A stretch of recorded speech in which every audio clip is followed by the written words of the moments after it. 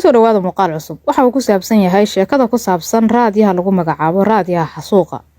kadib markii raadiyahan uu sababay dhimashada in ka badan 800,000 oo qof sabab la xiriirta warar iyo barnaamijyo laga baahiyay raadiyahaas. in ka badan 800,000 oo qof ayaa naftooda waayay wax ka yar 100 maalin oo socday dagaalkii dhiiga badan ku daatay ee ka dhacay dalka Rwanda sanadkii 1994.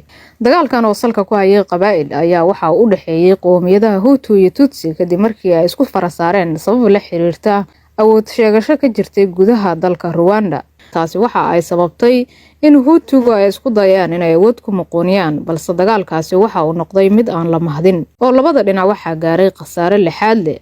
raadiyahan oo lagu magacaabo Radio Television La Rebdes Mel Colonies oo magaciisa loo soo yareeyo RTLM waxa uu ahaa radio laga lahaa Rwanda, waxa uuna hawada ku jiray bishii July 8, 1993 ilaa laga soo gaaray 31 bishii July sanadkii 1994. raadiyahan waxa la aaminsan yahay in uu kaalin mugla ka qaatay horintii xasuuqi ka dhacay Rwanda bishii Abriil ilaa laga soo gaaray bishii July 1994. waxaa la sheegaa in idaacadani ay ahayd garabka dhabta ah ee ka tirsan dhinaca Hutuga. waxa uu ahaa radio maxalli ah oo si weyn u haystay dhageystayaal aaminsan. wariyaasha ayaa si toos ah waxay u garab istaageen dhinaca Hutuga.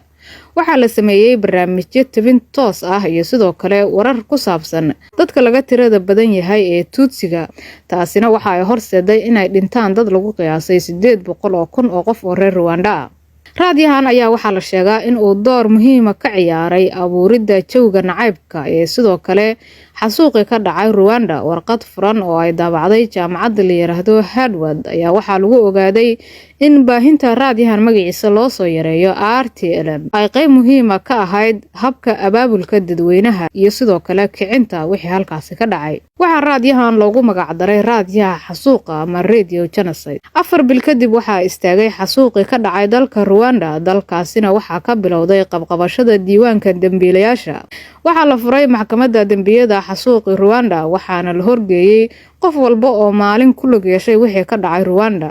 xabsiyada waxaa buux dhaafiyay siyaasiyiin, jeneraal, ciidan, hogaamiyaal dhaqan, wariyaal, fanaaniin iyo qof walba oo lagu helay in uu saameyn ku lahaa xasuuqi ka dhacay Rwanda.